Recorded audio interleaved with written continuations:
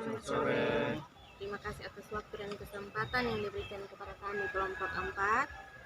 Kami di sini ingin mewawancarai Pak Lawrence tentang budidaya tanaman cabai rawit. Kepada teman berenam, waktu dan kesempatan saya berikan.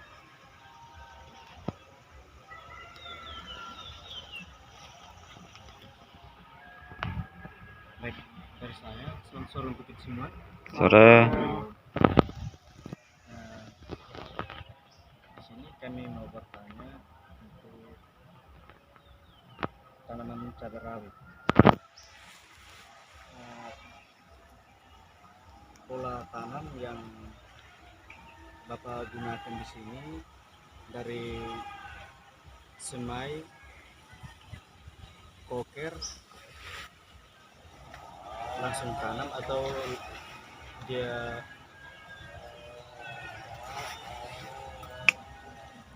langsung tanam di tanah? Oke, saya jawab dulu ya, nanti kalau ada pertanyaan baru ditambahkan. Baik, pertama-tama selamat sore untuk kita semua. Selamat sore, Bapak. Saya ucapkan selamat datang untuk teman-teman mahasiswa Fakultas Timur, Fakultas Pertanian, jurusan teknologi yang sudah berkunjung ke Kebun Nordes untuk mewawancari saya terkait dengan mata kuliah manajemen agribisnis. Ya. Ya, jadi komoditi yang teman-teman pilih itu adalah cabai. Ya, nanti untuk menjawab pertanyaan itu saya akan menjelaskan secara singkat proses budidaya tanaman cabai mulai dari pengolahan lahan sampai dengan panen dan pasca panen. Nah, itu satu rangkaian penuh dari proses produksi dari hilir sampai hulu, semuanya itu harus kita manage secara baik sehingga kita bisa memperoleh keuntungan yang optimal. Ya, jadi baik, di awal kita budidaya tanaman cabai, pertama-tama lahan itu harus dibersihkan. Lahan dia harus dibersihkan dari tanaman-tanaman pengganggu. Tanaman pengganggu itu bisa berupa semak, bisa berupa pohon-pohon besar. Jadi kondisi lahan ini sebelumnya itu seperti di sekitar kebun ini. Jadi penuh dengan pohon-pohon besar. Jadi pertama-tama yang kita lakukan itu adalah menebang pohon-pohon besar. Lalu kita menggunakan ekskavator untuk kita mencabut pohon itu, mencabut beserta akar-akarnya. Lalu kemudian langkah selanjutnya adalah kita mengolah lahan. Jadi dalam mengolah lahan ini ada kebetulan kita menggunakan mekanisasi pertanian. Ada 3 macam jenis kalsintan yang kita pakai dalam hal ini traktor roda 4. Yang pertama itu kita menggunakan traktor untuk membajak, lalu yang kedua itu untuk membuat berengan, dan yang ketiga itu untuk menghancurkan gumpalan-gumpalan besar atau rotari. Ya, jadi itu ada 3 macam traktor yang kita gunakan. Lalu langkah selanjutnya kita membuat pupuk. Jadi di sini yang pertama itu pupuk padat dan pupuk cair. Jadi sebelum kita menanam kita buat pupuk sebagai pupuk padat sebagai pupuk dasar yang nantinya akan kita sebarkan ke permukaan bedengan, lalu kita benamkan. Setelah itu kita melakukan persemaian. Jadi pupuk bekas ini kita buat dari bahan-bahan yang ada di sekitar kita, pupuk kandang, biochar, biomasa tumbuhan, baik itu yang kering maupun yang masih mentah. Kita cacah, kita hancurkan, lalu kita fermentasi selama kurang lebih 14 hari menggunakan M4 sebagai bakteri yang membantu mempercepat proses perombakan bahan organik menjadi pahar. Ya, jadi itu.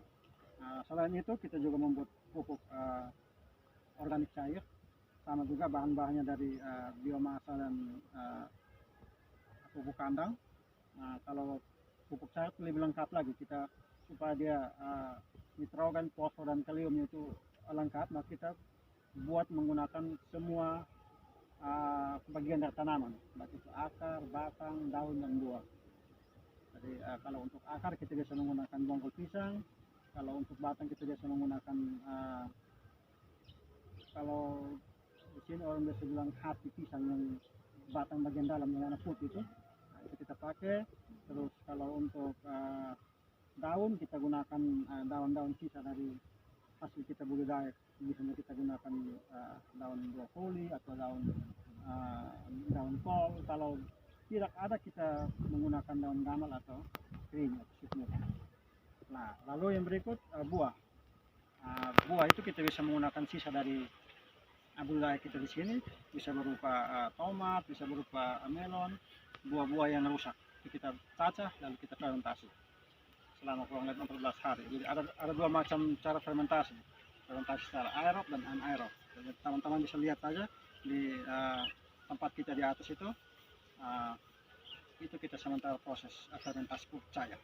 Jadi pupuk cair ini kita gunakan untuk memenuhi kebutuhan nutrisi tanaman itu. Aplikasinya itu kita menggunakan interval 5 hari sekali. 5 hari sekali kita melakukan pemupukan. Nanti caranya seperti apa nanti saya akan jelaskan. Lalu yang berikut, setelah kita membuat pupuk ini organik baik itu padat maupun cair, langkah selanjutnya adalah kita menyandangi benih. Untuk menjawab pertanyaan tadi, benih ini pertama-tama kita semai. Karena cabai ini tingkat daya kecambahnya itu sedikit lambat dibanding dengan tomat atau picai atau brokoli. Dia bisa sampai dengan 1 minggu kalau penanganan kurang betul, berarti dia bisa sampai 1 minggu baru dia bisa kecambah. Jadi pertama-tama untuk mempercepat proses perkecambahan dan memutus dormansi benih, itu pertama kita melakukan pemeraman. Jadi kita menggunakan air sangat-sangat cukup, kita rendam benih, lalu kita campur dengan bawang, sudah kita haluskan. Jadi kenapa kita pakai bawang? Jadi bawang ini salah satu sumber hormon pemacu pertumbuhan tanaman. Jadi dia mengandung gibberellin. Jadi itu kita pakai, kita rendam kurang lebih 4 jam, lalu kita tiris, lalu kita simpan di menggunakan kain handuk yang basah, lalu kita simpan di tempat yang tidak terkena sinar matahari langsung selama kurang lebih 24 jam. Nah, setelah itu kita buka, lalu sudah muncul radikula atau salam akar itu, lalu kita semaikan ke media yang sudah kita siapkan. Jadi media ini kita pakai, kebetulan di sini kita pakai spray. Jadi komposisi medianya itu adalah tanah, pupuk asin tadi kita buat dan biasa. Jadi perbandingan 1:1:1 kita campur. Nah, dalam persamaan ini kurang lebih 15 sampai dengan 20 hari. Nah, dalam 15 sampai 20 hari ini kita melakukan pembenahan dedengan. Karena yang kita gunakan itu traktor, maka dia perlu kita benahi dedengan, kita perlu ratakan, lalu kemudian kita benamkan untuk dasar yang sudah kita buat, lalu kita menginstal sistem irigasi tetes. Jadi kebetulan di sini kita pakai sistem irigasi tetes, lalu pemupukan juga kita pakai sistem vertigasi, maka kita menginstal irigasi tetes dan Venturi injector untuk kita melakukan pemupukan. Nah, langkah selanjutnya itu adalah kita melakukan perawatan. Perawatan ini bisa berupa pengairan, pemupukan, pengendalian serangan APT adalah macam anak dan penyakit. Jadi yang saya tekankan untuk 3 kata kunci dalam kita budidaya tanaman hortikultura adalah kecukupan nutrisi, terhindar dari serangan hama dan penyakit. 3. Kalau 3 ini kita mampu atasi atau kita mampu penuhi, maka pertumbuhan tanaman kita akan tumbuh dengan optimal dan akan memberikan hasil yang memuaskan. Ini kunci itu dalam bertani. Memang tantangannya sangat sulit ketika kita budidaya secara organik. Nah, untuk itu kuncinya adalah kita sesering mungkin kita melakukan pengendalian dan pengukuran supaya kita bisa membuat tanaman yang tebal. Ketika ada tanaman itu secara fisiologi bisa menentukan dari itu. Nah, yang berikut ketika sudah sudah masuknya panen, biasanya cabai ini dia itu bisa sampai 9 sampai ke 90 sampai dengan 100 kali setelah panen, kurang lebih 3 bulan lebih lah. Nah, jadi asal kami tidak kesuburan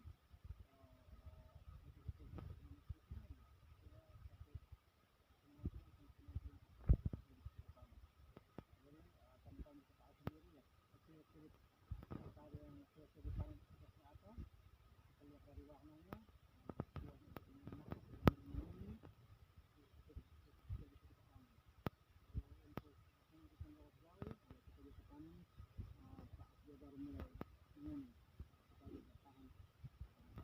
kalau untuk pasar lokal ya kita bisa panen setelah dia hampir merah sempurna. Ya, jadi seperti itu. Jadi untuk pemasaran kebetulan kita di sini masih menggunakan pasar tradisional, terus penjualan secara langsung di lahan, dan yang berikut itu beberapa tahun terakhir ini kita coba menggunakan media sosial untuk memasarkan hasil yang kita hasilkan dari lahan. Jadi kita bisa menggunakan media sosial yang ada seperti Facebook, WhatsApp. Kita melakukan promosi lewat itu, lalu ya banyak yang mulai tertarik dengan sistem seperti itu. Tidak perlu repot-repot ke pasar, tidak perlu repot-repot ke lahan, bisa langsung pesan dan kita antar. Ya, jadi mungkin itu penjelasan saya soal budidaya tanaman cabai dari pengolahan lahan sampai dengan panen dan pemasaran. Terima kasih. Baik, terima kasih kepada. Oh, masih ada pertanyaan dari teman-teman, saya persilahkan. Baik, kembali lagi untuk tanaman cabai rawit. Kira-kira di lahan itu Bapak temukan tanaman cabai yang kita sudah melakukan perlakuannya itu sesuai dengan apa yang kita rencanakan, namun di situ ada beberapa tanaman cabai rawit ini yang tidak menghasilkan buah. Dia hanya tumbuh normal tapi tidak bisa menghasilkan hasil. Ya, sudah. Ya, baik. Saya coba menjawab pertanyaan itu. Ya, jadi kasus-kasus seperti ini belum pernah saya alami di sini, tapi dari informasi-informasi dari teman-teman petani yang lain, mereka pernah alami. Jadi saya mengambil kesimpulan bahwa semua ini dari penentuan benih yang kita pakai. Jadi kebetulan kita di sini kita sudah lama menggunakan benih apa saja untuk tanaman hortikultura itu kita menggunakan benih dari produknya Cap Panamera. Tadi itu produk sudah teruji, memang betul-betul unggul. Ini bukan kita untuk mau promosi produk itu, tapi memang kita sudah pakai dan sudah berhasil, hasilnya memuaskan. Jadi kita rekomendasikan ke teman-teman untuk menggunakan benih itu. Jadi mungkin kasus seperti itu lebih ke tingkat kemurnian benih, Jadi dalam pengemasan di pabrik tempat pembenihan itu mungkin tidak betul-betul murni, jadi tercampur dengan benih yang kurang baik atau kurang bermutu. Jadi bisa teman-teman bisa alami kasus seperti itu. Jadi kalau untuk kita di sini dalam budidaya cabai kita belum pernah mengalami kasus yang sudah teman di sini sampaikan. Jadi jawaban saya mungkin itu. Baik, terima kasih. Mungkin semua itu kembali ke faktor benih. Ya. Moderator, saya kembali. Baik, mungkin dari teman-teman yang lain masih ada pertanyaan.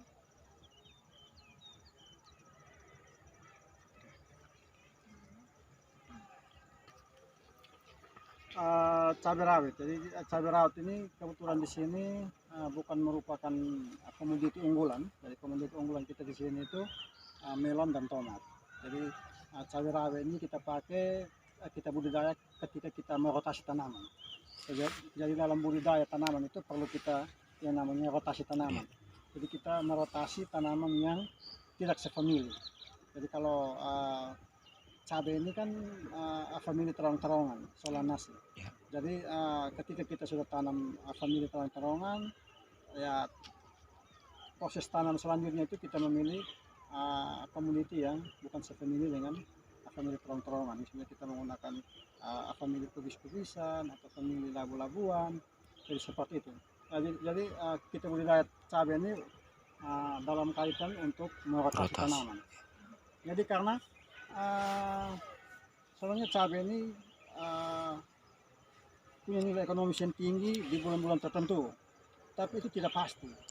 Tidak pasti. Di pasaran itu kemarin saya cerita pengalaman, kita budidaya cabai itu sekitar 1000 pohon, 1000 pohon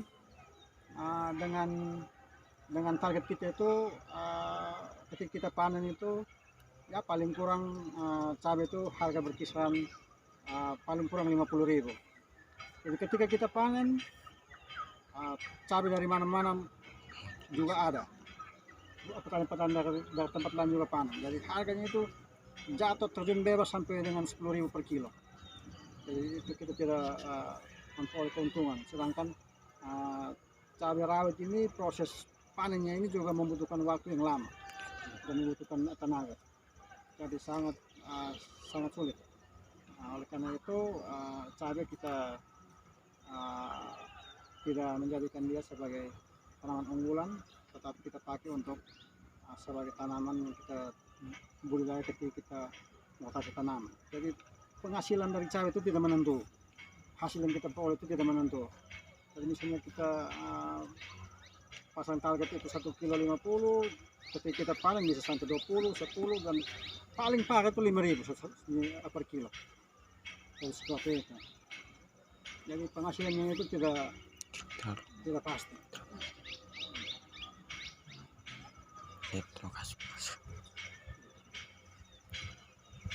Baik, terima kasih kepada Pak Loren yang sudah memberikan sedikit penjelasan atau materi tentang bagaimana cara budidaya tanaman cabai rawit yang diterapkan di kebun lotus. Semoga materi atau penjelasan